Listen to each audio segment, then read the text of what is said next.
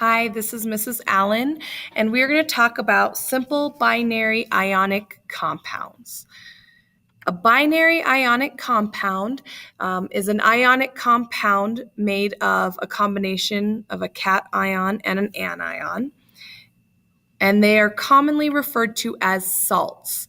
Because they are binary, the prefix bi meaning two, these ionic compounds contain only two elements. They do not, however, contain only two atoms. So what that means is that we could have multiple atoms of either one or both of those two elements. An example is NaCl, sodium chloride. When we write formulas for ionic compounds, remember subscripts indicate how many of each atom is present in the compound. The individual ions will have charges. The ionic compound, however, is neutral. This is a real guiding principle of writing ionic compounds. This means the charge on the positive cation and the charge of the negative anion must cancel each other out. The net charge of our compound is equal to 0. However many positives we have are canceled out by our negatives. So here's an example. This is Allen's favorite ionic compound, sodium ion and chloride. So this example, I have given you the ion formulas that you practiced writing previously, as well as ion names. Sodium ion and chloride, remember those are the way that we name positive and negative ions.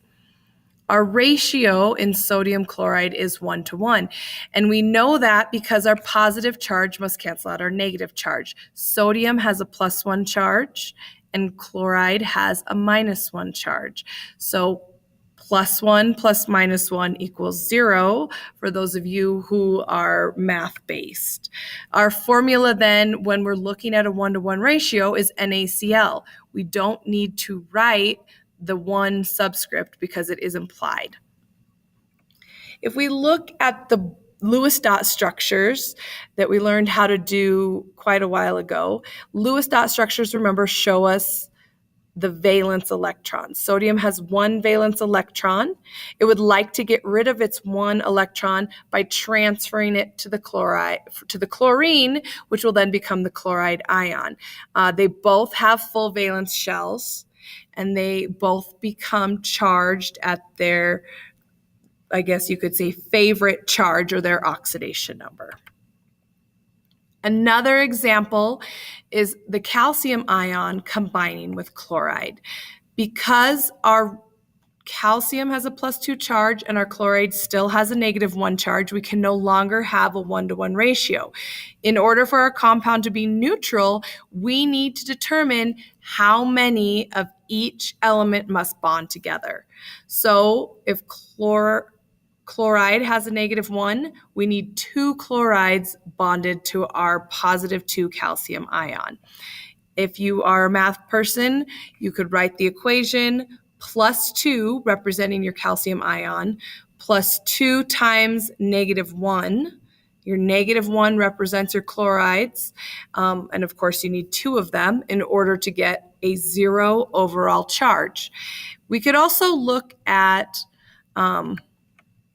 the Lewis dot structures again. You can see we've got 2 valence electrons on our calcium. If we give one valence electron to one chlorine atom, that chlorine atom is going to be happy. It's also going to have its oxidation number -1. It has a full outer shell and it's stable. But our calcium, although it would have a charge, would not be stable. It does not have a full valence shell. It still would have one extra electron in that valence shell. So we need another chlorine to take that last valence electron from calcium. So this is just kind of another way to look at why we need the number of atoms of each element that we do. You can see our final formula here at the bottom is CaCl2. So step by step, how to write formulas. Step 1, our cation or our metal is always written first. That is our positive ion. Then we are going to rewrite the element symbols with the oxidation number as superscripts. So this is just going to give us a quick and easy way to figure out our subscripts or our ratio between elements. The final thing we're going to do is crisscross the oxidation numbers. And that means we're going to take our charges and turn them into subscripts. If you can reduce, you need to. You don't want to leave 2 and 2 as subscripts if those are your only subscripts. Our example we're going to look at is lithium plus oxygen. When we write lithium as an ion, it's going to be Li1 plus, and oxygen becomes oxide, which is O2 minus. So we're going to take our oxidation numbers and we are going to crisscross them and they become subscripts. So this tells us that for every oxygen or oxide in our compound, we need 2 lithium ions. So Li2O would be our final formula. Another example is barium plus chlorine. Barium has a 2 plus oxidation number, chlorine has a 1 minus. If we crisscross those oxidation numbers, our 1 from chlorine becomes the subscript of barium, and our 2 from barium becomes the subscript for chlorine. Remember that subscripts are never going to have charges, so we are never going to have signs, so we need to drop our positive or negative signs. And it's not important to write the 1 after barium. If you do, however, it would still be correct. So we are going to practice. I encourage you to pause the video and try this on your own and then check yourself by playing the video again. So lithium plus phosphorus, write the symbol with the oxidation numbers. That would be Li plus 1, P minus 3. Then you're going to crisscross your oxidation numbers to become the subscripts in your final formula. Your final ionic formula would be Li3P. If you wrote the 1, that is fine. It would not be counted incorrect, but it's unnecessary. If you wrote charges on your 3 or on your 1, that is incorrect. Let's try another example. Magnesium plus sulfur. Symbol with oxidation numbers. Mg plus 2, S minus 2. As you crisscross, remember that you must reduce if necessary. And so we would have Mg2S2, which is able to be reduced by a factor of 2. So we would just have MgS. Our final example is Be plus N. Symbol plus oxidation number, Be plus 2, N minus 3. Crisscross those to find your final ionic formula, Be3N2.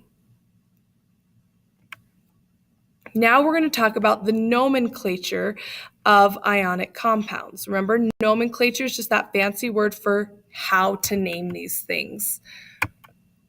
And I don't know why I'm not advancing. There we go. To name ionic compounds, first we need to write the element name of the cation, so that's our positive ion or our metal. Remember, all your metals and positive ions are going to be found on the left side of your periodic table.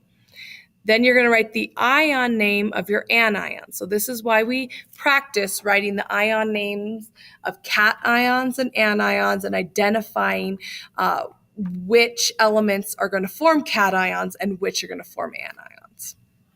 So our example is CaCl2. We're going to look at the first element in there, which is our metal, calcium. We'll write the element name, calcium. Then for chlorine, the ion name, chloride. I have right here in parentheses that the number of chlorines doesn't matter. We don't specify the number in the name, and I want you to think about that for a minute. Why is that not necessary? Because you know as much as you do about chemistry, you know what the oxidation numbers of calcium and chlorine are when they become ions. So by balancing out your ionic formula, you will always